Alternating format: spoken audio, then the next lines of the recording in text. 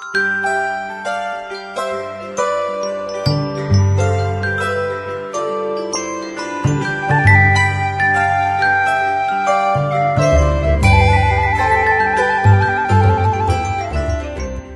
pagi sahabat GPIB, saya Pendeta Emeritus Agustian Mangatas Manalu akan membawa firman pada pagi hari ini. Namun sebelum kita membaca merenungkan firman Tuhan, kita berdoa. Bapa di surga, terima kasih atas berkat anugerah Tuhan dalam seluruh kehidupan kami. Tuhan selalu memberkati dan menyertai kami. Kami sudah bangun pagi, kami bersedia mendengarkan sabda Tuhan. Karena itu berfirmanlah, karena kami bersedia mendengarkan sabda daripada Tuhan. Dalam nama Tuhan Yesus kami berdoa kepada Bapa. Amin.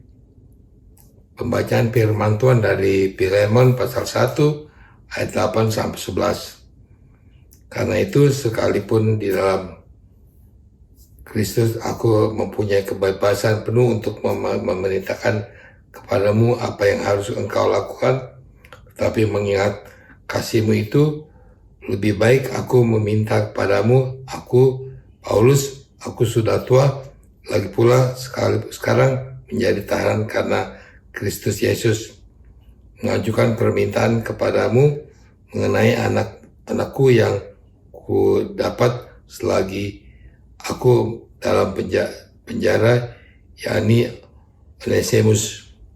Lalu memang dia tidak berguna bagimu, tetapi sekarang sangat berguna bagi kamu maupun bagiku. Demikian pembacaan firman Tuhan. Filemon adalah orang Kristen yang kaya dan berpengaruh di kota Kolose. Ia mengenal Kristus melalui pelayanan Rasul Paulus. Di rumahnya lah persekutuan jemaat berkumpul. Kemudian seorang budak yang bernama Onesimus melarikan diri dengan mencuri harta bendanya. Tapi Onesimus tertangkap dan dipenjara. Di sana ia bertemu dengan Paulus yang juga dipenjara karena memberitakan Injil.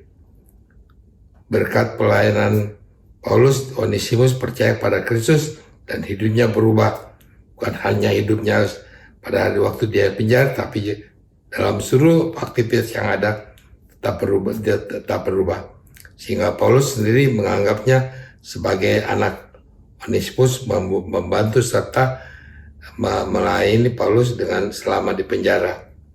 Lalu sesudah Onesimus keluar dari penjara, dia mengirimkan surat kepada Filemon lewat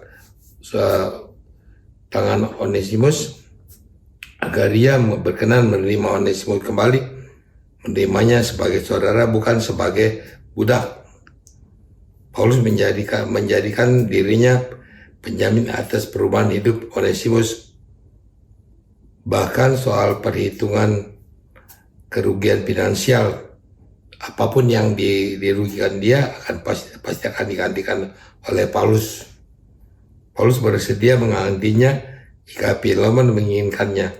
Jika kita berada dalam posisi Filemon, apa yang kita lakukan pasti kita akan sama seperti dilakukan oleh Paulus, bahwa bersedia menggantikan apa yang menjadi kehendak Tuhan.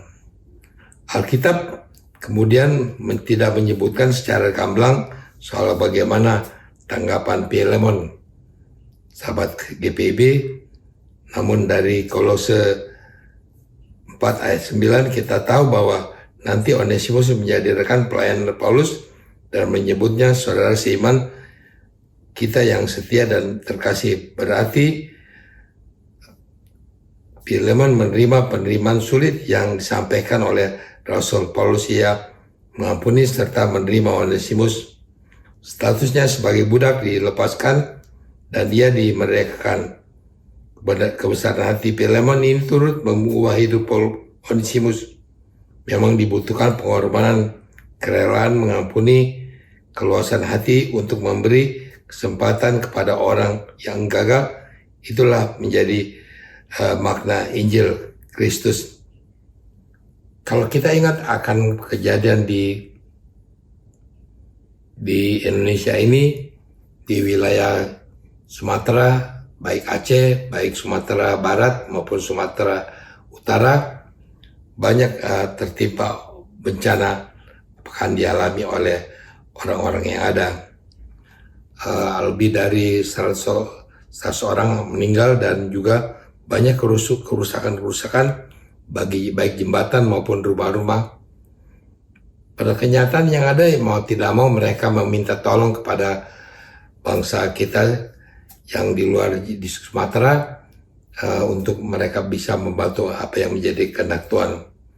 Pada apapun yang terjadi dalam kehidupan yang ada, mereka berusaha membantu apa yang bisa mereka lakukan. Mereka mengirim pesawat-pesawat helikopter untuk membawa akan makanan dan minuman, akan pakaian layak pakai untuk mereka gunakan dalam hari-hari kehidupan yang ada.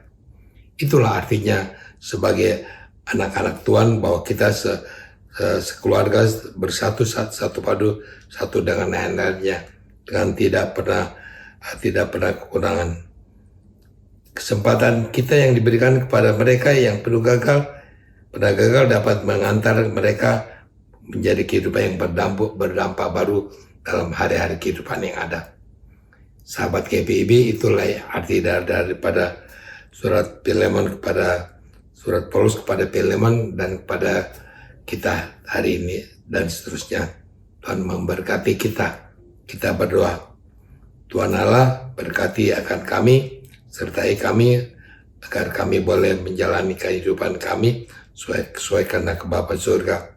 Berkati akan gereja-gerejamu ya Bapa surga, biar kami boleh mengirimkan bantuan ke Sumatera, baik untuk ke Aceh, baik untuk ke Sumatera Barat maupun Sumatera Utara.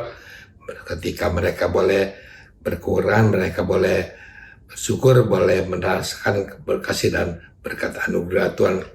Dan Tuhan, biarlah Tuhan memberkati akan pemimpin bangsa negara kami, biar mereka boleh menjalani apa yang menjadi kehendak Tuhan dalam hari-hari kehidupan yang ada. Terima kasih ya Bapa surga. Dalam nama Tuhan Yesus kami berdoa kepada Bapa surga. Amin.